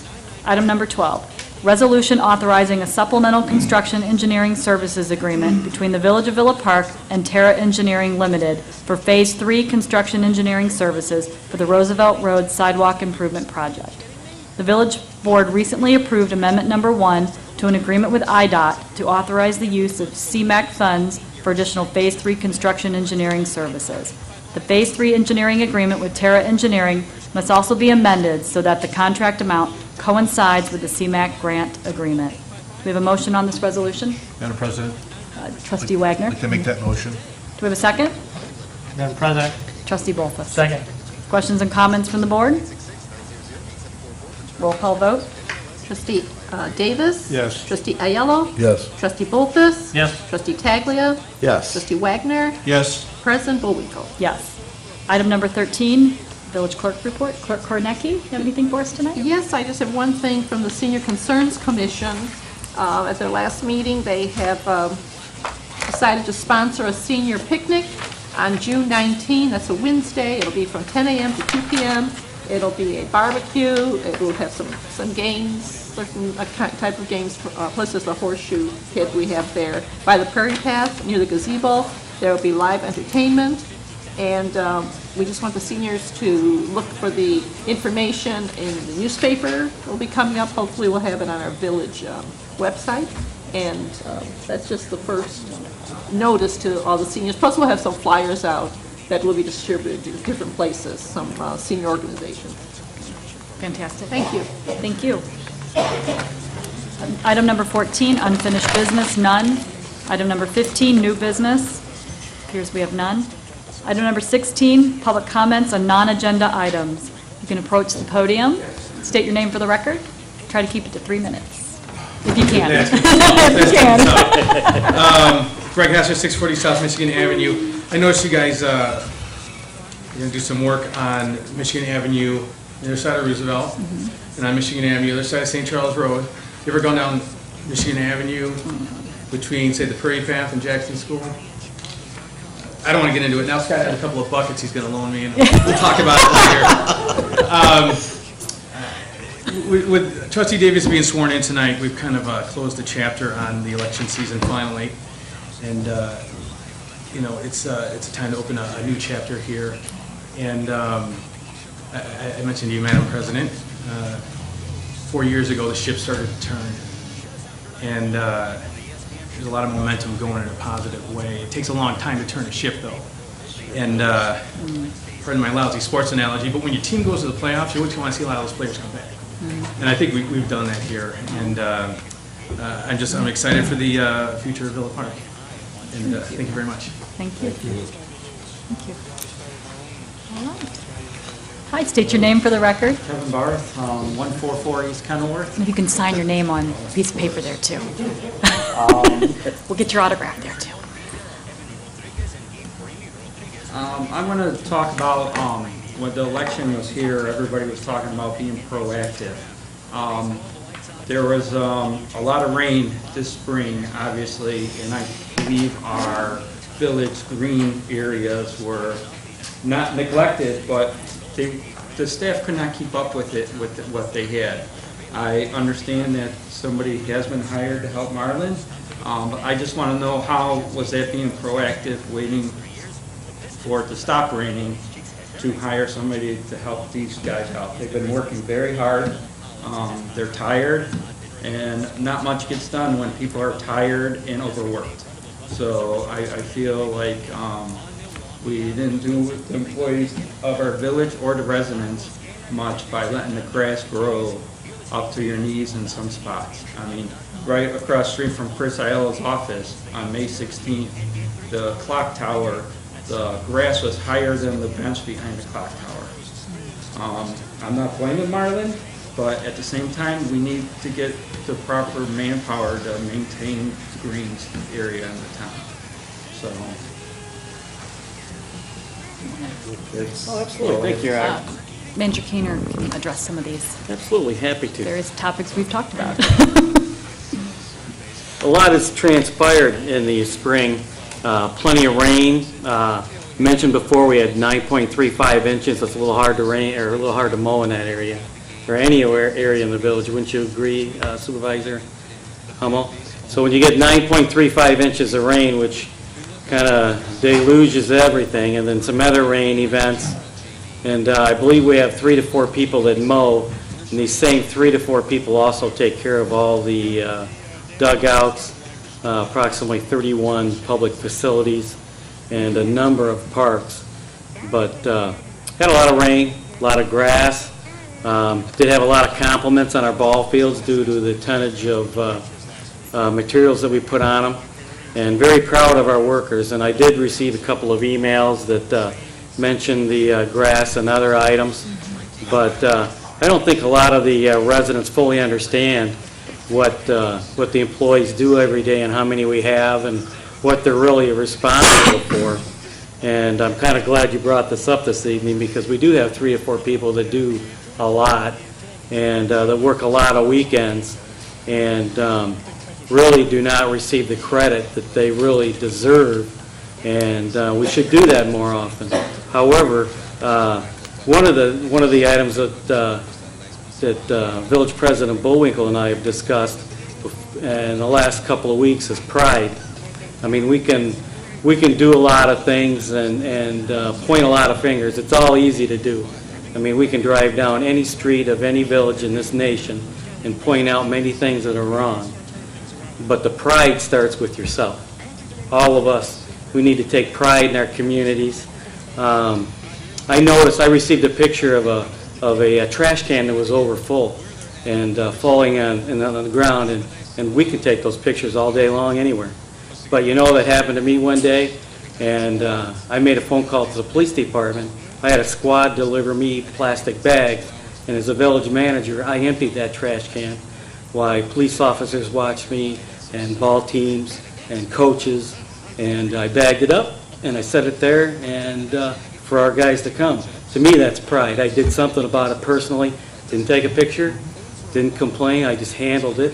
And then I spoke to Marlon, the guys came up and got it, and probably one thing that we need to do is probably put some garbage bags in all the boxes up there with the equipment for the teams, and then take some pride while we're there. I mean, because I go to my son's game every day, except I missed today. And I'm happy to bag the garbage, take some pride. I've had my kids pull weeds and do things, and that's pride. I don't think taking pictures and pointing out that our staff is overworked is pride. We can all do that. And, you know, I can talk about a couple other things, but I think pride in the community starts right here. Right here, not in the camera and not pointing fingers. And we have pride as staff, and I've put a lot of pressure on the staff. And I think you can look around and these heads aren't going to shake, no, I haven't. I think they're going to shake, yes, I have. And I hold the staff accountable. And there's a lot of things we need to do, and there's a lot of things we've got done. North Michigan tonight, we're getting that done. Did any of you think we were going to get that done? No. We got it done. You know, we've done a lot of things. And we don't toot our horn. We come to work every day, and we do our jobs, and we go home. And then the next day we get up, we come and do our jobs, and we go home. I've seen Marlon out there spraying for weeds. I've toured the skate park probably 10 times. I toured it 4 times last week to see if Marlon was doing his job. I'm not kidding you. I held Marlon accountable. I held Greg accountable for the condition of the skate park. There were weeds up there. There was a pallet. There was dirt in the parking lot. There's a part of the building that needs to be painted, and I'll be up there tomorrow to look and see if it gets done. Won't I, Mark? That's just the way I am. I tour the city every day to look. Today I stopped at the resident's home and took her garbage cans to her garage. You know, I'm the village manager. Do I need to do that? No. Am I bragging about it? No. But it's pride. Pride in our community, and we have a lot of work to do. And if you'd like to talk to me about some pride and quite frankly how my family's been treated in this community, I would love to talk to all of you privately off camera. Thank you.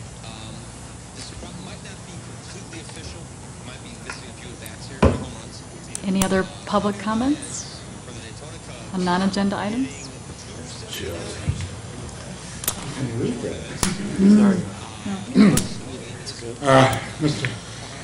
Mr. Keener, Manager Keener, I just want to address what you've said as pride. I've been a resident of Villa Park. Well, the last time I moved back into town was in 1949, and I attended all District 45 schools. And I can tell you that, well, I can attest to this, that my 2 of my daughters still live in Villa Park. So the pride is there. Good. In fact, I ice skated on where Sugar Creek is now. Oh, wow.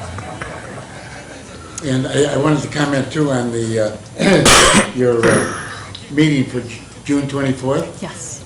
Are you gonna have a birthday cake for me? Because that's my birthday. Well said. All right. Well, we might arrange that. That's nice. No, that was part of the plan. I'm not gonna tell you how old I am, but I've made it this far.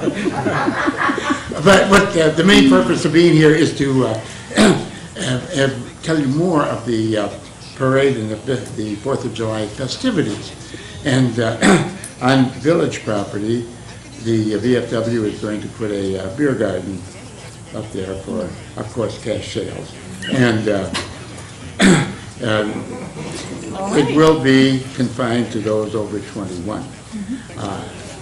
There will be hot dogs and pop available to the younger set, or those like myself who don't imbibe any grape. Perhaps Chief Pavlicek will want to help you. He likes to dress up in his chef's uniform and on the weekends, and likes to dish up hot dogs now and then, so perhaps we can arrange that too. Well, I was hoping that the chief would be in the front of the parade, taking kudos, and all that sort of thing. Then when he comes back, being in front of the parade, he could get off and dish out hot dogs. Well, that's for the taser comment from earlier tonight. Just kidding. Thank you. Thank you, Sid. Thank you.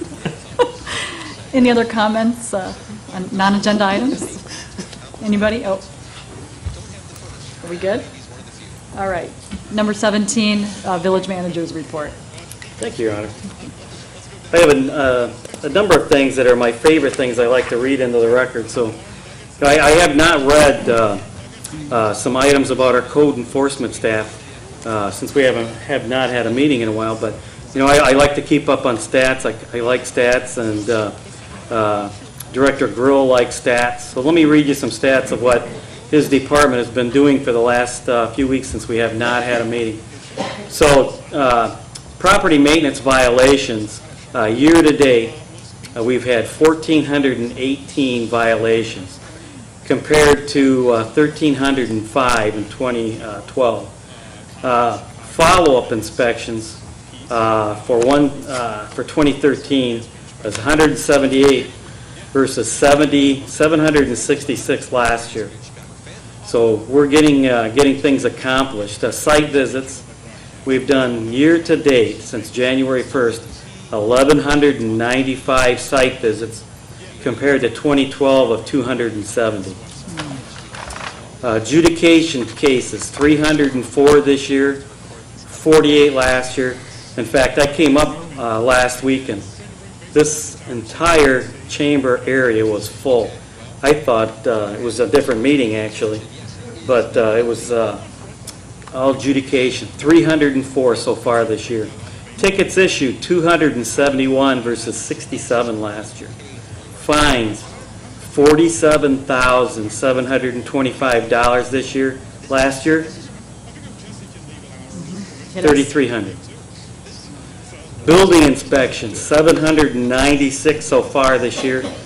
Last year, 95. Plan reviews, 17 this year. Vacant property inspections, 303. Last year, 66. Vacant properties registered so far is 22. Last year at this time, 0. Liens filed, 59 so far this year. Last year, 22. So our code enforcement is out and about. So please cooperate with our code enforcement folks. Mow your lawns, things of that nature. And if you have any questions or ways that we can help, please let us know. Another item that's really interesting is building permits issued so far this year, 593 versus 454 last year. The cost of the jobs is kind of interesting. Right now at that 593, we've got $6,247,000 is the cost of the job. So that's the influx of money into private homes or businesses, $6,200,000. So that's very good. I want to kind of go back to our code enforcement. I'm sorry, it was on the second page. Job stopped this year, 91. 45 last year. Parking vehicles, notices, 121 this year. Weeds, 502, and graffiti seems to be up a little bit, so kind of, we'll have to watch that. 68 cases of graffiti versus 45 last year. Just want to let everybody know that electric aggregation, tomorrow's the last day to supply your opt-out letters. If you send them to the village, that's fine too. Just send them to me so that I can turn them in and get you opt-out. I think my office has probably received less than 10 and so far, but again, if you're sending them, send them in to the correct location or send them to me if you like, and I'll make sure they get there. Legislative update from the state of Illinois. We watch this through the DuPage Mayors and Managers Conference. I usually call it the DMMC. You know, some of the unique items that are going on right now is PSEVA, which is post-employment benefits. So if you get injured, either in the duties of fire or in police, sometimes there's extra benefits that are awarded, such as health insurance.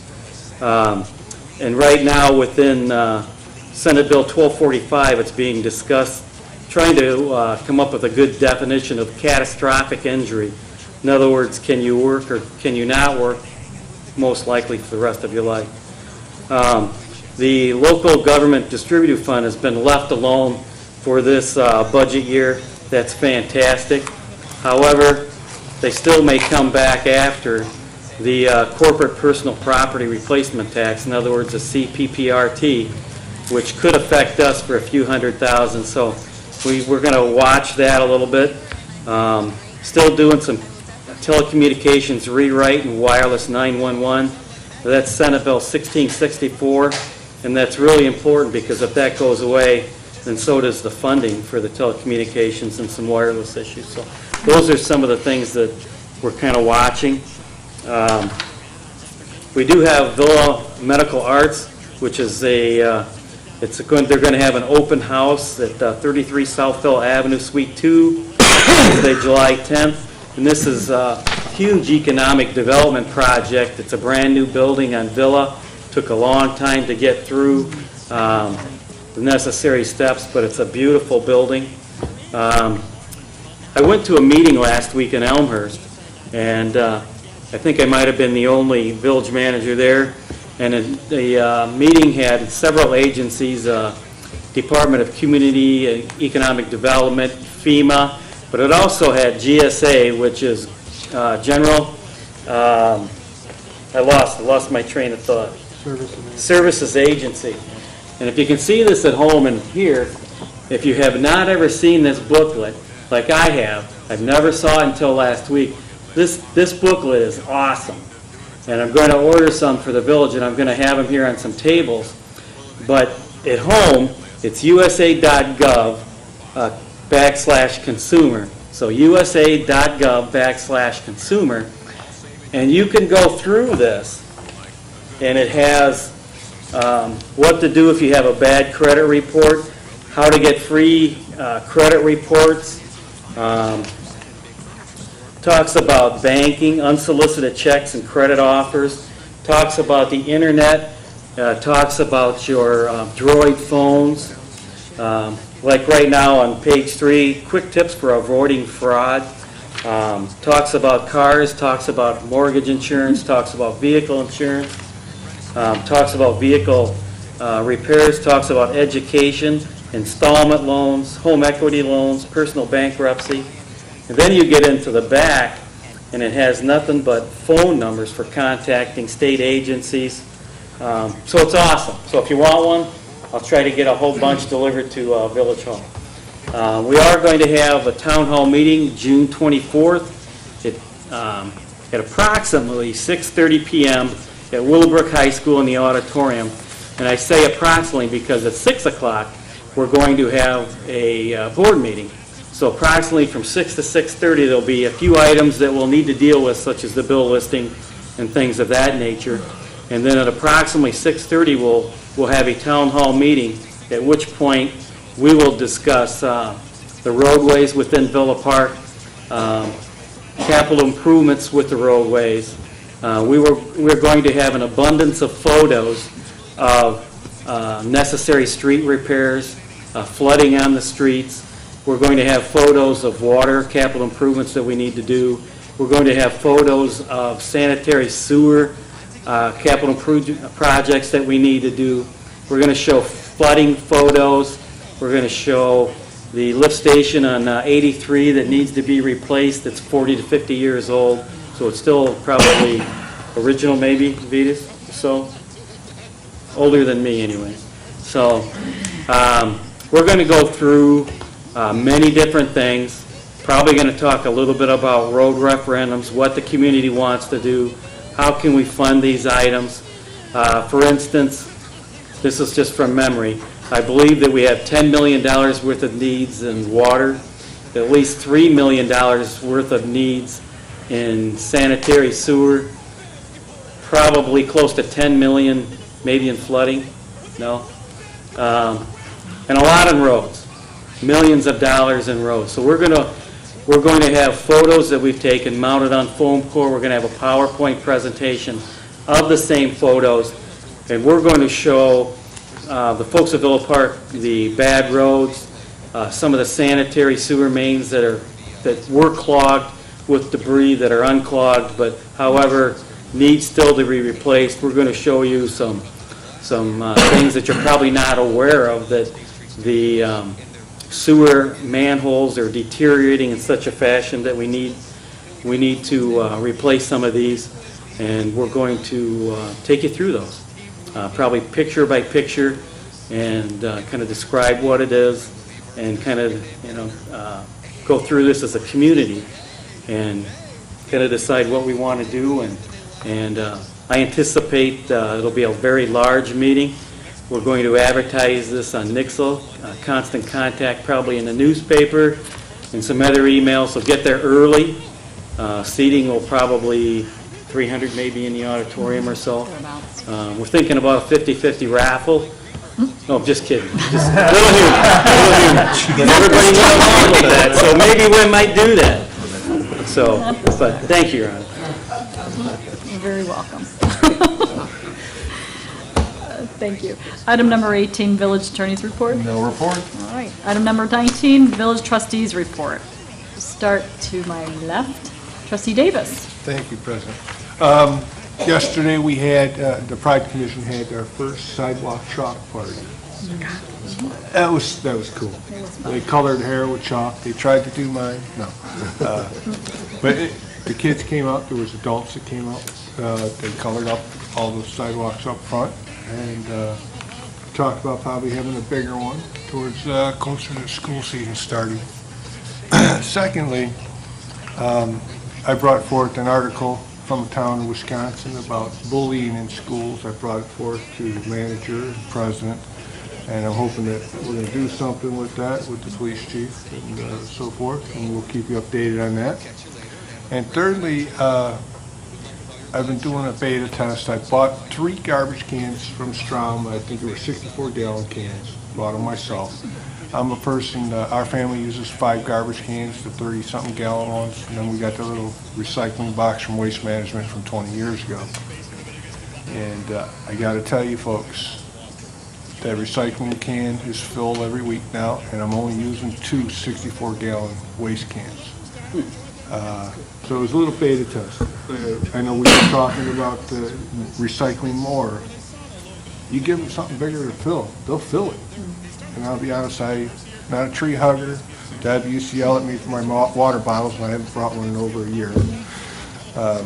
So I think that's something that we should consider coming around with negotiations with whomever our garbage is. And the complaint when I brought it up last time was the elderly couldn't move it. My 3-year-old nephew that was here tonight was moving our full garbage cans. They have wheels on them, so I think it's something that we should consider. So I'll leave it at that. Thank you, Trustee Davis. Oh, you're very welcome. All right. Trustee Wagner. Thank you, Madam President. I just want to let the folks know that this week is Bike to Work Week, and the Villa Park Environmental Concerns Commission is participating in Bike to Metra, which is a DuPage County program, and they will be at the Metra station this coming Thursday, June 13th, from 6 to 8 a.m. They'll be handing out bike maps and goodie bags and providing free coffee through our coffee vendor there. And just want to let folks know that the Villa Park Public Library is participating in the Commuter Bike Challenge. And notice that if you go to the Active Transportation Alliance website, you'll see many municipalities are participating, some towns are. So maybe this might be something that the village government might consider participating in as well. Maybe a competition with Lombard or something like that could be interesting. Also, the Environmental Concerns Commission is going to have a table at Summerfest this coming weekend. And with the assistance of Public Works, they're going to be holding a drawing for a rain barrel. So, and I think they're going to be doing some sort of survey about recycling. I'm not quite sure. Also, would like to let residents know that the summer reading program at the library is underway. They had a very successful kickoff to the summer reading program. And this is a good way, parents enroll their kids in the summer reading program. It's a good way to avoid brain drain among students because they tend to backslide over the holidays. Over the summer, they're not studying and reading as much, so that's a good thing to do. And the library has a great program coming up Thursday, June 13th from 11 to 11:45 a.m. They're going to have a juggler there who's a two-time U.S. juggling champion, so it should be an interesting program for folks to attend. And lastly, I just want to thank you for designating me as the liaison to the Parks and Recreation Advisory Commission. And I just want to let folks know that their meeting is coming up tomorrow at 7 p.m. at Iowa Community Center. And of course, I'll be there. And that's all I have. Thank you. I appreciate you asking to be the liaison to the Parks and Recreation Commission. Thank you for volunteering for that important commission. Trustee Ayala. Just one question. For the people on Van Buren, Van Buren Engineering got approved, didn't it? Yes, please. Yes, actually, that's a very good question, Trustee Ayala. Van Buren was approved with Kenilworth, and so that'll be starting shortly. Now, it's the Van Buren is near the golf course. It isn't the roller coaster Van Buren. It's not roller coaster Van Buren. Right. Okay, that's what I wasn't sure. However, though, the roller coaster Van Buren, Director Giskelis and I have been talking about that for about the last 10 days.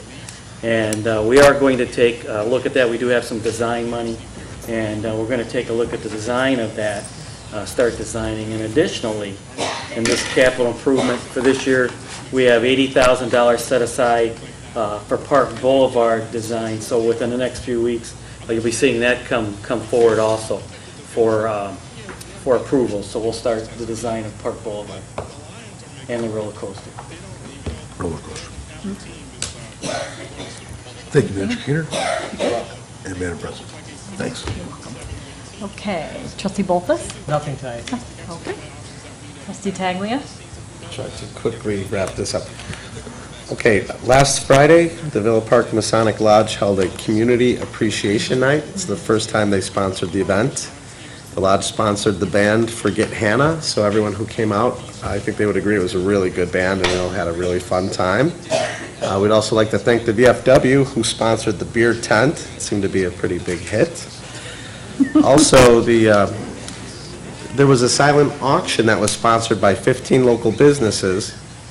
It raised over $200 that was donated to the Villa Park's Disciple Food Pantry. So I just want to thank everyone who came out, and it was a good time. It was good to see people out by the gazebo, a lot of friendly people.